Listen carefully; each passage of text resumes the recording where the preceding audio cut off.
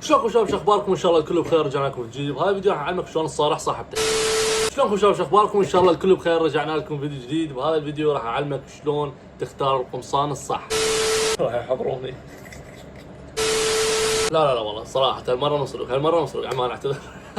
فالمهم شلونكم شباب؟ شو اخباركم؟ ان شاء الله الكل بخير. رجعنا لكم جديد اليوم رقم 6 من اليت كام او مخيم النخبة. بهذا الفيديو راح نحكي على شيء جدا مهم، وللاسف الشديد انه جدا هواي اشخاص يعني مبتدئين ومستثمرين مبتدئين ومحترفين يهملون هذا الشيء، وهو شركات التمويل. واصلا ما يعرفوا، ما اعرف ليش، يعني خصوصا بالعربي، يعني الوطن العربي ما اعرف ليش يعني شركات التمويل ما عندنا ذيك المعلومات والمعرفه. يعني حتى اعرف هواي اشخاص يعني يربحون بشكل مستمر، ويعني صاروا بفتره كلش طويله يستثمرون ويتداولون، وبس من اقول لهم شركه تمويل يعني ما يعرف اصلا شو شركه تمويل. فبهذا الفيديو راح نحكي على شركات التمويل، شنو هي وشلون تستفاد من عندها وشلون تختار الشركات الصح.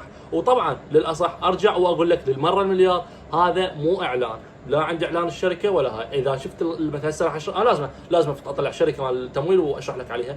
اذا ما عجبتك الشركه او ما شفتها او قيت خاف اعلان، لا تروح عليها، روح على غير واحده، تمام؟ لا اعلان ولا اي شيء. فكالمعتاد نروح على مو هالمره مو شارت، نروح على الشركه حتى نفتهم ان شاء الله. وبيس حاليا فتح الشركه، كل شويه اقول شارت يعني مو شركه. المهم هاي شركه فاندد نكست، تمام؟ شركه تمويل. شنو بيها اربع يعني طرق يعني الشراء مالتها. وبيها اول شيء يعني بيها طريقتين اللي هي الاس اف ديز والفيوتشرز، تمام؟ اس اف ديز او اس اف تي اس اللي هو الاس دي اس اف بعد ماكو كفر. المهم عرفتوها.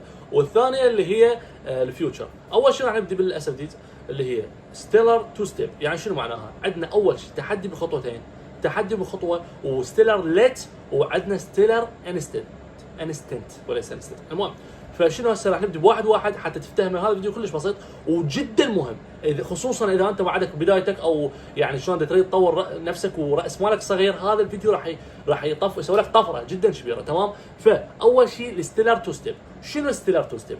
انه بكل اختصار انت جاي تدفع فلوس للشركه مال التمويل، تقول لهم يابا انا راح ادفع لكم فلوس حتى ادخل امتحان، تمام؟ ادخل امتحان. اذا نجحت بالامتحان راح تعطوني كذا مبلغ او كذا راس مال اتداول به. اذا ربحت بالتداول من راس المال ورا ما اجتازت التحدي، الربح مالتي راح يصير نسبه لكم ونسبه لي. فهمت شلون؟ كانما انا هسه اليوم انت اليوم جاي تتعلم من عندي، تمام؟ انا اقول لك يا فلان، بس خل اشرب مي لان عطشت هوايه. الحمد لله. المهم يا فلان، انت باوعت علي وشفتك كلش تعلمت خوش تعلم وعجبني طريقه الشغل مالتك. ايش راح اسوي؟ راح اعطيك $10,000 او راح اعطيك $15,000 اللي هي دفتر ونص بالعراق. راح اعطيك دفتر ونص تتداول بيهن، واي شيء تربحه اللي نسبه والك نسبه. وتتوقع انه النسبه الاغلب المن اللي لو الك، لا، النسبه الاغلب الك، تمام؟ فيعني شيء يعني جدا مربح للطرفين اذا كنت رابح. فبالبدايه راح نشرح شركات تمويل، وراها راح اقول لك الاغلاط اللي ممكن تسويها وتخسرك هواي اشياء. أنا ما اقول لك هم يربحون، طبعا يربحون، تمام؟ وراح اقول لك نصائح تقدر تستفاد من عندها تطور نفسك كلش بشكل كبير، تمام؟ بالبدايه ستيلر تو ستيب. شنو معناها؟ ستيلر خطوتين او مرحلتين. شنو معناها؟ معناها الامتحان راح يتكون من مرحلتين. يعني انت راح تدفع فلوس، مثلا هسه عندك 6000، خلينا نبدا نشرحها. 6000 ارخص شيء واقل شيء، تمام؟ عندك شنو هو؟ جيت بلان. جوا كلمة في، حلو؟ في شنو معناها؟ سعر هذا الامتحان ايش قد؟ $59.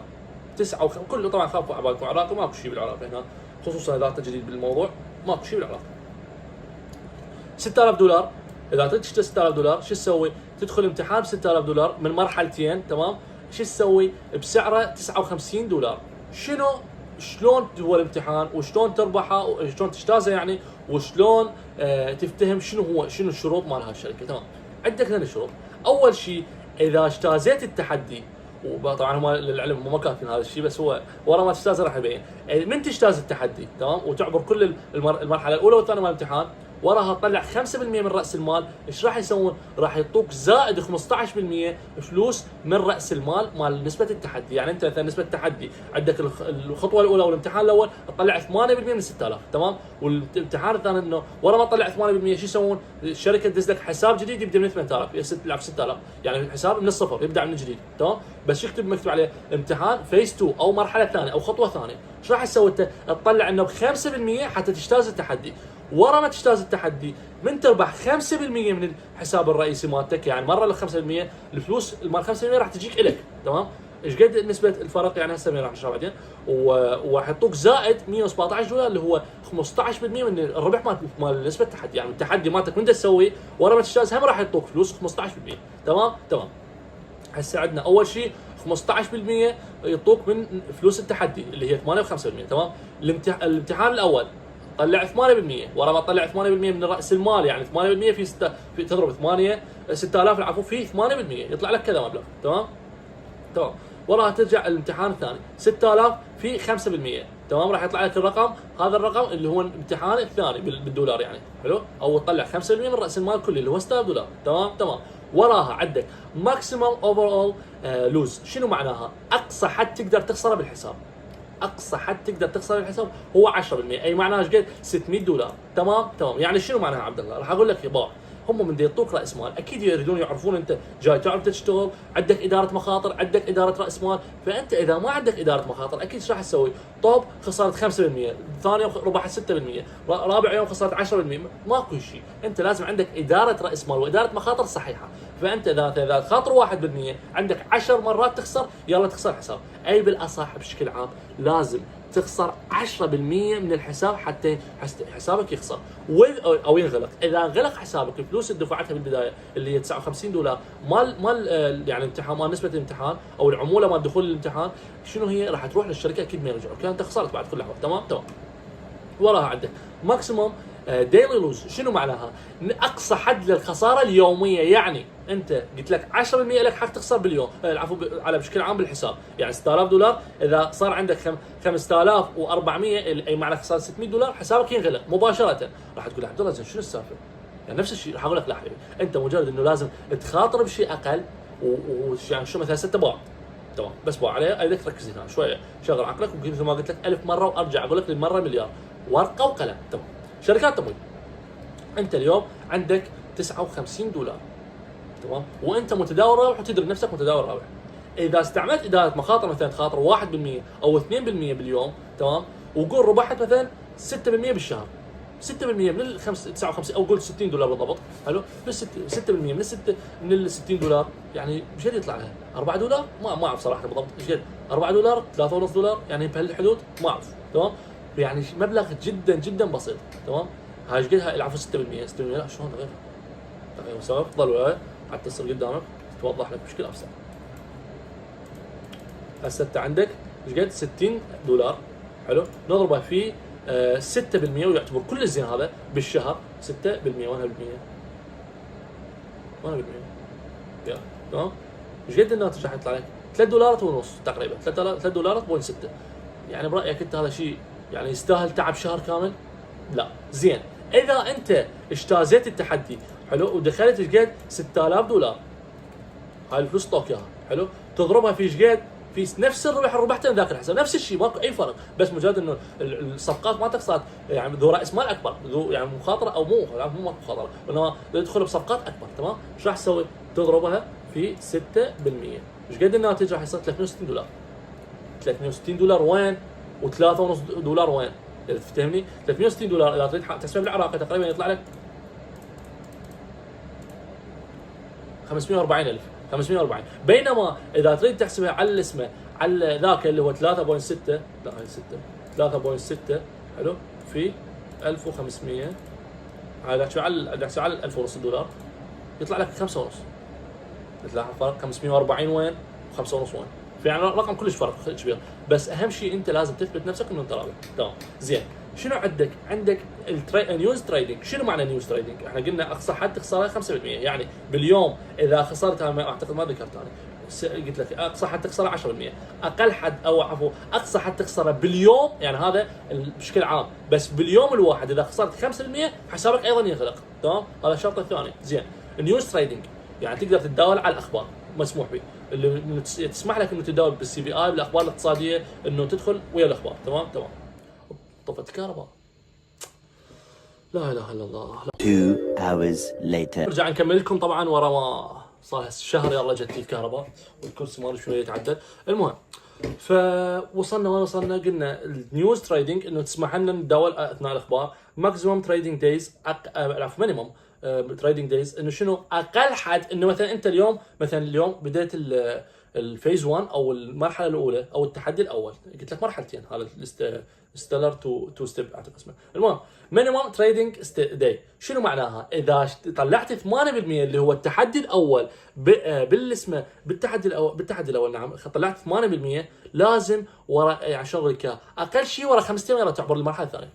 تمام، اقل شيء ورا 5 ايام يلا تعبر للمرحله الامتحان الثاني او المرحله الثانيه. تمام. زين، فيرست ويذدرو، شنو معنى فيرست ويذدرو؟ معناها اول سحب للارباح. انت اليوم مشيت اول 5 ايام، تمام، طلعت 8%، الخمس ايام اللي وراها طلعت ايش قد؟ 5%. اجتاز التحدي، يعطوك حساب جديد $6000، هاك عيني. طبعا هذا $6000 ما تسحبها اكيد، ما تقدر. تمام، تجيك راس مال اللي هو $6000، هاك عيني استاذي العزيز، هاي $6000، هذا الحساب مالتك الرمز وهذا اليوزر مالتك. تمام، ادخل للميتا تريدر او ايا كانت المنصه اللي تدعمها هاي شركه تمويل، سواء هاي غيرها، انا مالي دخل باي شركه تتداول بها وتستثمر بها. تمام، شو سوى التنوب؟ يقول لك ورا ما تطلع ارباح سواء 1%، 2، 0.1%، 100%، 1000%، ورا 21 باليوم يلا نسمح لك تسحب الربح. ليش؟ باوع. هسه حقول لك ليش. هو ماكو سبب معين، بس بكل اختصار انت اليوم اذا قدرت تربح مثلا 5%، راح يشتغل عندك فد شيء شرحنا عليه قبل من مخطط الربح، اسمه الطمع والجشع. شنو هذا الطمع؟ عين استاذ العزيز حبيبي، بكل اختصار الجشع والطمع انه انت قلت صار لي اسبوع طلعت 5%، حلو هاي حلو، مع صوتي طلع ما شلون شحه صارت حلو. خل شو اسوي؟ ما دام باسبوع واحد طلعت 5%، شو اسوي؟ خل اظل اتداول واستمر. انا محدد سقف بالشهر، انت لازم تحدد سقف بالشهر.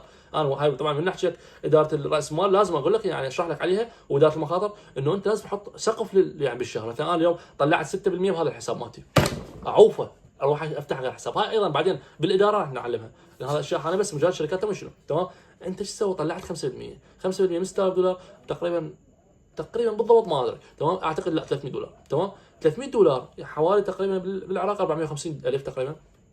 انت الحمد لله شكرا مطلع، رحت عفت ورا 21 يوم سحبت الفلوس. بينما الطماع ايش راح يسوي؟ طلعت 450 باسبوع، شو اسوي؟ خل اظل اتداول. تمام، اتداول اول مره ربح سواء 550، داول ثاني مره سواء 700، يابا خل ازيد المخاطره، طب خسر، طب خسر، طب خسر الحساب. تمام، بهاي الاختصار انه مجرد يخلوك يعطوك فتره اطول حتى تظل تطمع لحد ما تبدا تشتغل وتخسرها، اللي هم هدفهم، يعني مو هدفهم انما اذا يخسرون احسن لهم. تمام، ليش؟ ليه؟ راح تقول لي زين عبد الله انت تعطيهم نسبه من الربح، شنو الفائده وشنو ليش دي يخلوا إيه؟ يعني اذا تخسر يستفادون اكثر. هسه حقول لك ليش. بكل اختصار اغلب الشركات باوع مثلا سفاندت نكست، مئات الاف المستثمرين او متداولين يجون يشترون حسابات من عندهم. تريد تقنعني هم عندهم مثلا اذا نفترض فد 50,000 شخص عندهم حساب $200,000. تمام، تريد تقنعني هسه اليوم مثلا بس دقيقه نرجع النمط الجديد القديم مالتنا اللي هو الحاسبه. تمام، $200,000. تمام، $200,000 في قول 50,000 مثلا. تمام، عدد الاشخاص مثلا اللي عندهم اشتروا حساب $200,000، 10 مليارات. 10 مليارات تريد تقنعني هالشركه تقدر توزع في 10 مليارات الناس؟ ما عندهم مبلغ. تمام، فشو يسوون؟ يعطوك حساب وهمي. حساب وهمي راح تقول لي عبد الله شنو تضحكون علي؟ لا، انت ما لك دخل بهاي الشغله، لا تدوخ بالك. دائما اتعلم بالبورصه، كل ما تتعمق اكثر كل ما راح تطلع لك اشياء تدوخك اكثر. فانت شو تسوي؟ من يعطوك حساب وهمي، انت طالع قدامك حساب حقيقي، اي شيء تربح يحولوك اياه. هاي الشركات الصحيحه، انت اذا رحت على شركه قفاصه هذا الشيء راجع لك، ما راجع لي صراحه. ارجع واقول لك انا ما اتحمل اي مسؤوليه اذا سواء رحت على هالشركه على غير شركه. انت اللي عليك تبحث على شركه رابحه او شركه معترف بها او شركه افضل. تمام.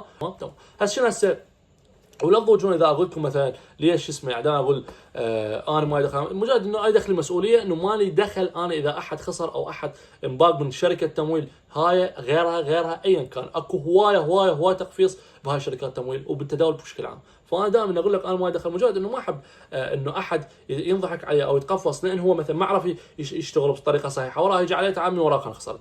تمام بكل اختصار. فانت خلي نفسك بمكانه.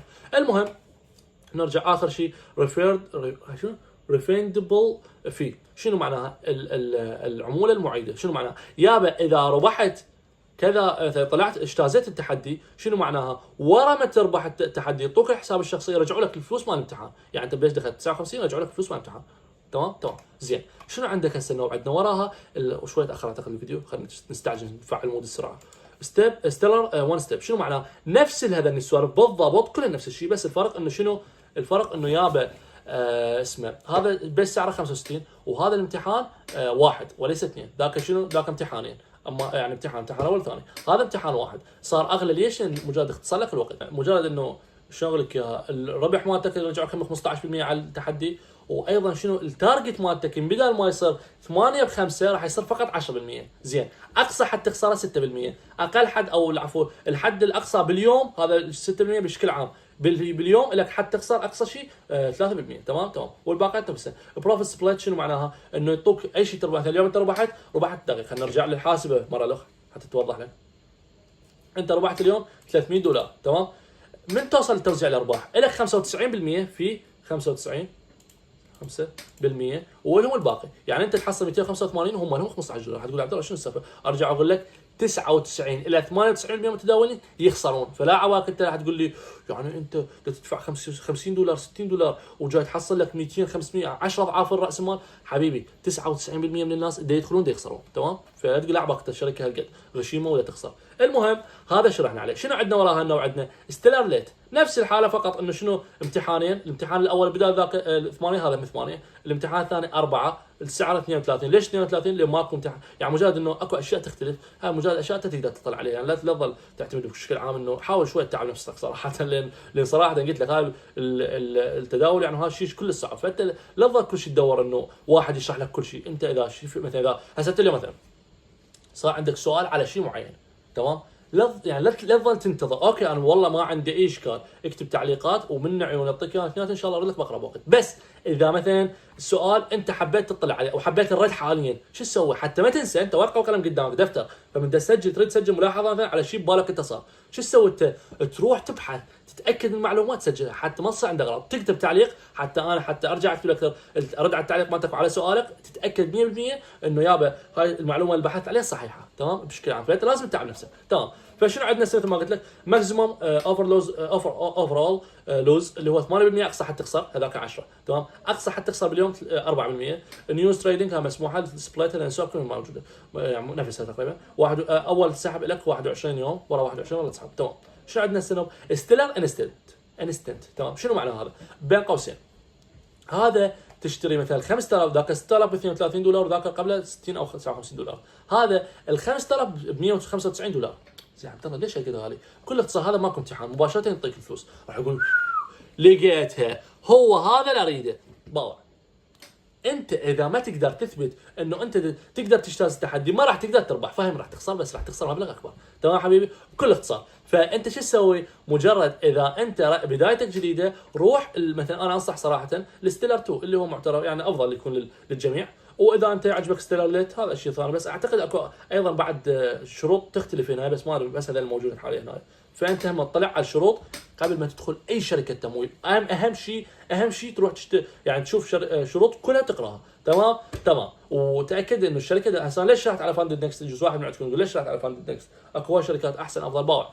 للاسف الشديد انا من العراق يعني عفوا لا استغفر الله يعني مو مقصد انه انا من العراق. للاسف الشديد انه اغلب الشركات الزينه حاضره العراق للاسف الشديد انه اغلب الشركات الزينه حاضره العراق. تمام. فهاي الشركه مجرد انه تعتبر شركه زينه وما حاضره العراق يعني مو قصدي انه للاسف انا من العراق. المهم فشنو عندنا هسه ستنت شرحناه اعتقد كل شيء تمام. هسه شنو عندنا ايضا شغله لخ اللي هو العفو مثلا عندنا هسه هذا توب ستيب. اذا انت عندك علاقه بشخص او قرايب اقرباء من امريكا، هذا الحساب كلش راح يفيدك. ليش؟ باوع وعفوا دقيقه ان شاء الله نسيتها. فيوتشر. شنو الفيوتشر؟ هذا كله شرحته على سي اف دي. هاي الفيوتشر كل اختصار انه تتداول فقط ناسداك اس ام بي وذنين دو جوينز وغيرها، هذا المؤشرات مال الاسهم. تمام زين. شنو هاي تختلف بها؟ بكل اختصار مثلا هاي الشروط مالتها بنشرحها مثل ذي كنا ال 25000 دولار ب 130 دولار. تمام زين. يعطوك 15% من الامتحان، يعني من الامتحان مثلا قاعد يطلع من الامتحان هو ما اعرف. المهم البروفيت تارجت 1250 دولار. شنو معناها؟ خلينا هسه نرجع لك اياها مره الاخ. تمام 25000 دولار في ايش قد يلا تطلع لك اسمه هذا الرقم؟ اعتقد ايش قد 400 بالضبط 5 غير امكاني يعني. المهم 5% لازم تطلع الهدف، والخساره مالتك تقريبا ايش قد هاي؟ تقريبا ما اعرف ايش قد 600 دولار اللي هو تقريبا دقيقه وينك 25000 دولار في 2.5 تقريبا 2.5 شوي اقل من 2.5 تمام بالمية. يعني شو سويت بهالحاله؟ راح تقول عبد الله زين انا ما اقدر اخاطر حتى ب 1%. عادي حبيبي لا تخاطر ب 1%. انت هدفك 1250 دولار. تقدر شو تسوي؟ مجال تخاطر مثلا يابا انا خاطر 100 دولار، اخاطر 200 دولار اللي حق ادخل 3 صفقات. انت قيسها هاي كلها اداره مخاطره واداره راس مال، بعدين راح نشرحها. فلا تخاف كلش طبيعي. اي شيء تحسه تخاف من عنده اكتب بالتعليقات وانا راح اقول لك انه سواء راح نشرحها وما نشرحها. تمام ال 5000 دولار نفس الحال، وهاي بعدين هذا مجال نفس الشروط بس شوي اغلى او الارقام تختلف. تمام الديلي لوز ليميت هذا شرحناه. ماكسيموم لوز ليميت نفسه هو اقصى حد تخسر باليوم نفس الاقصى حد تخسره. تمام الاكتيفيشن في كل شيء ماك بس مره واحده. ماكسيموم بوزيشن 2 ميني و20 مايكرو. هاي مجرد انه شلون مثلا انت تدخل بسبريد نفس الحاله، هاي سبريد تعتبر مال فيوتشر. تمام كونسيستنتلي رول 40%. ريسيت فيه اللي هي 10% ديسكاونت. يعني شنو معناها؟ ورا ما تدخل مثلا اليوم انت اشتريت الحساب، اشتريته بيش ب 130 دولار. تمام زين. المره الثانيه اذا خسرت هذا الحساب وكلش طبيعي ترى عبقتك واحد بيخسر، يعني عادي تخسر 5 حسابات والحساب السادس يعوضك الخساره مالتك. تمام فعلا لا خليها بعقلك عادي، يعني الخساره جزء من اللعبه، مجرد انه انت يعني شغلك النجاح سلم من الخساره. دائما ذكر المقوله كل شيء احبها انا صراحه. المهم اذا خسرت انت اليوم مثلا بيشتري الحساب 130، المره الثانيه يعطوك بالمره الثانيه من تشتريها راح يعطوك 10% يعني استغفر الله خصم 10%. بيش مثلا 130 خصم 10%.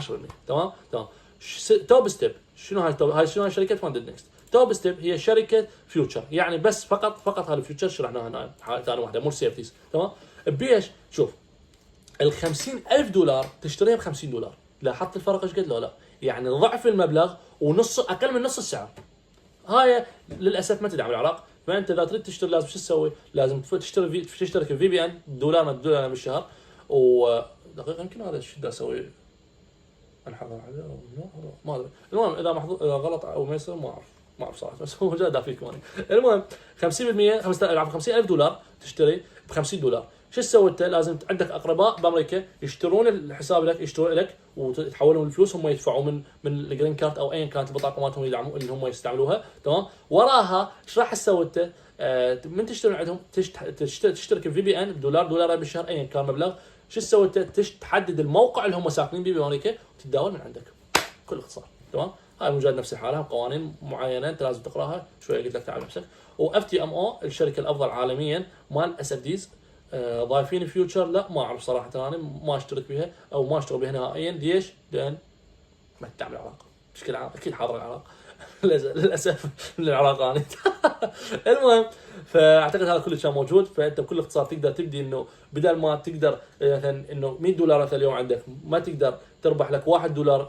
اذا تربح 1% 1 دولار تقدر تشتري بال 100 دولار مثلا حساب كذا رقم حلو، مثلا 15000 دولار تقوم تربح بكره ما تربح دولار واحد تربح 150 دولار، فرق كلش كبير. تمام